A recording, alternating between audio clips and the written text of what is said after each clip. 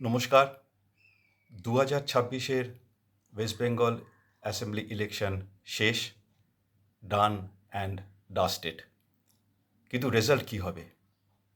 দাঁড়ান, রেজাল্টে আসার আগে সবার প্রথমে আমার প্রথম ভিডিও আপনারা যারা যারা দেখেছেন, আপনাদের সবাইকে অনেক অনেক ধন্যবাদ। আপনাদের যদি আমার ভিডিও ভালো লাগে তাহলে প্লিজ লাইক করবেন, সাবস্ক্রাইব করবেন। এবারে আসি আজকের ভিডিওতে। এই প্রসঙ্গে বলি যে এবারের অ্যাসেম্বলি ইলেকশনেতে পশ্চিমবঙ্গের আমার যেটা সবথেকে ডিসাইসিভ ফ্যাক্টর বলে মনে হচ্ছে, দি মোস্ট ডিটারমিনিং অথবা ডিসাইসিভ ফ্যাক্টর যেটা এবারের অ্যাসেম্বলি ইলেকশনকে ইনফ্লুয়েন্স করছে বা করেছে, সেটা নিয়ে আমি আমার আগের ভিডিওতে আলোচনা করেছি।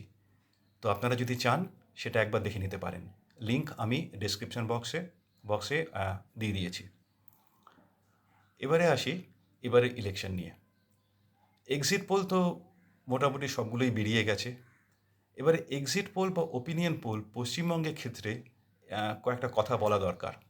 সেটা হচ্ছে যে পশ্চিমবঙ্গে কতখানি এক্সিট পোল বা ওপিনিয়ন পোল সঠিকভাবে করা সম্ভব, এটা নিয়ে কিন্তু খুব বড় প্রশ্ন আছে। এই তো আমি শুনছিলাম যে একটি অত্যন্ত নামী সংস্থা, তারা পশ্চিমবঙ্গের ক্ষেত্রে এবারে এক্সিট পোল করতে পারেনি, এবং তার কারণ হিসেবে তারা যেটা বলেছে যে 10 জনের ভেতরে 6জন মানুষ, 6 out of 10, তাদের মতামত দিতে তারা অনিচ্ছুক ছিলেন, ভয় পেয়েছেন।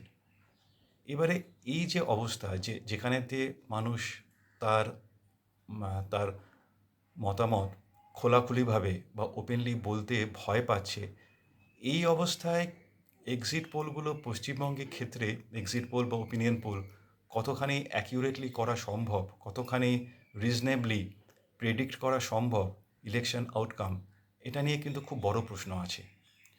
তো যাই হোক, আমি আসি ওয়েস্ট বেঙ্গল ইলেকশন রেজাল্ট আমি যেটা মনে করছি হতে পারে সেই নিয়ে এবার একটু আলোচনা করি। তো রেজাল্টে যাওয়ার আগে একটু কয়েকটা ইম্পর্ট্যান্ট ডেটা নিয়ে একটু আলোচনা করে নিই। এই ডেটাগুলো অলরেডি আপনারা অনেকেই জানেন, তা এই এই ডেটাগুলো নিয়ে একটু আলোচনা করা যাক। এবারে পশ্চিমবঙ্গে টোটাল আপনার ভোটার সংখ্যা ছিল 6,82,51,008, 6,82,51,008 জন, 682,51,008। এবং এবারের পোলিং পার্সেন্টেজ হচ্ছে 92.47%।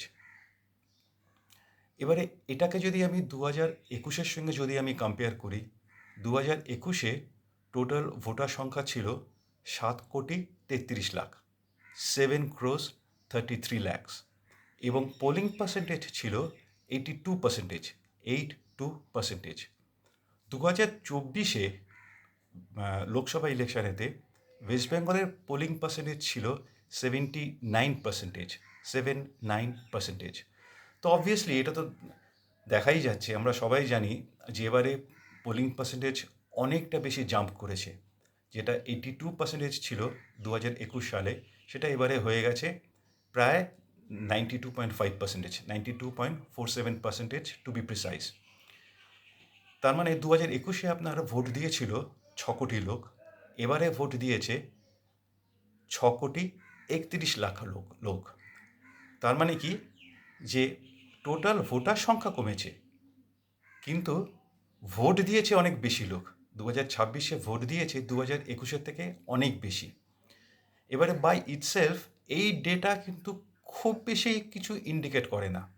বাই ইটসেলফ এটা কিন্তু খুব অ্যাম্বিগিউয়াস। কিন্তু আমরা যদি একটু তলিয়ে দেখি তাহলে বুঝতে পারবো যে এই ডেটা কিন্তু অনেক কিছু ইন্ডিকেট করে। প্রথমত, 2021-এর তুলনায় 2026-এ ভোট কিন্তু হয়েছে অনেক পিওর এবং ক্লিনার ভোটার লিস্টে। 2021-এর তুলনায় 2026-এ ডেফিনেটলি ভুয়ো ভোটার বা ফেক ভোটার অনেক কম ছিল। প্লাস এটার সঙ্গে যদি আমরা এটা অ্যাড করি যে 15 বছর ক্ষমতায় থাকার পর টিএমসির পক্ষে বেশি ভোট টানা কিন্তু it's a very very tough task. এটা করা কিন্তু বেশ শক্ত। তো এই দুখানা জিনিস যদি মাথায় রাখি তাহলে অবশ্যই বলা যেতে পারে যে এই যে প্রায় 10.5% পোলিং পার্সেন্টেজ বেড়েছে এর জন্যে কিন্তু অ্যাডভান্টেজ অবশ্যই বিজেপি। এবারে আসি রেজাল্টের বিষয়। রেজাল্টের ব্যাপারে আমার বিশ্বাস যে তিনখানা আউটকামের ভেতরে যে কোনো একটা হতে পারে। প্রথমে আমি এই তিনখানা আউটকাম একটা একটা করে বলে নিয়ে ইন্ডিভিজুয়ালি প্রত্যেকটা আউটকাম নিয়ে একটু ব্রিফলি বলে একদম সবার শেষে গিয়ে বলবো যে এই তিনখানা সিনারিও বা এই তিনখানা পসিবল আউটকামের ভেতরে কোনটা আমার মনে হয় বা আমার বিশ্বাস হবেই। একটু ধৈর্য ধরে শুনুন। প্রথম আউটকাম বা প্রথম পসিবল সিনারিও যেটা হতে পারে সেটা হলো বিজেপি ক্ষমতায় এলো উইথ সিম্পল মেজরিটি, কিন্তু সেক্ষেত্রেও কোনোভাবে আমার মনে হচ্ছে না যে রিজনেবলি বা লজিক্যালি বিজেপি 157-158 সিটসের বেশি পাবে। তো এবারে বিজেপি ক্ষমতায় এলো। ক্ষমতায় আসার পর সবথেকে ইমিডিয়েট কনসিকুয়েন্স যেটা হবে সেটা হচ্ছে যে টিএমসির অনেকেই বিজেপি জয়েন করার জন্যে চেষ্টা করবে। কয়েকজনকে নেবে বিজেপি, কয়েকজনকে নেবে না। কিন্তু 5 বছর কি থাকতে পারবে? এখানে আমার মনে হয় যে বর্তমানের ভোলাটাইল ওয়ার্ল্ড কনসিডার করে এবং আরও অনেকগুলো ব্যাপার আছে, সেগুলো সব ডিটেলসে আমি এখন আলোচনা করা এই ভিডিওতে আননেসেসারিলি এই ভিডিও বড় হয়ে যাবে।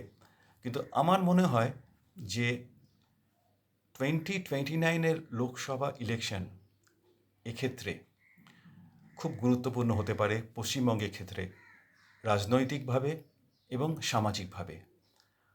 তো 2029 ইলেকশনের আগে অবধি সেক্ষেত্রে বিজেপির কোনো সমস্যা হওয়ার কথা নয়। Roller coaster. তো যুগ যুগ জিও বিজেপি ততদিন অবধি। পুরো 5 বছর কোয়েশ্চেন মার্ক ফর মি। এবারে আসি 2 নম্বর পসিবল আউটকামে।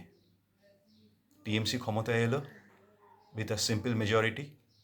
টিএমসির পক্ষেও কোনোভাবেই আমার মনে হচ্ছে না যে 154-155 ম্যাক্স 155 সিটস হয়তো পেতে পারে টিএমসি।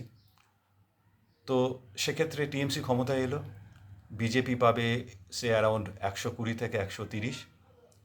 এবারে টিএমসি ক্ষমতায় এসেই যেহেতু তারা খুব কমফোর্টেবল মেজরিটি পাবে না, টিএমসি অবশ্যই চেষ্টা করবে কংগ্রেস থেকে এমএলএ ভাঙানোর। On the other hand BJP চেষ্টা করবে টিএমসি এবং কংগ্রেস দুখানা পার্টি থেকেই এমএলএ ভাঙানোর। তো এই হর্স ট্রেডিং, এই লাফালাফি, এই এদিক ওদিক ঝপাং, এইসব চলতে চলতে পুরো 5 বছরে কোটা টিএমসি কি কমপ্লিট করতে পারবে? মনে হয় না। 5 বছর টিএমসি কমপ্লিট করতে পারবে না।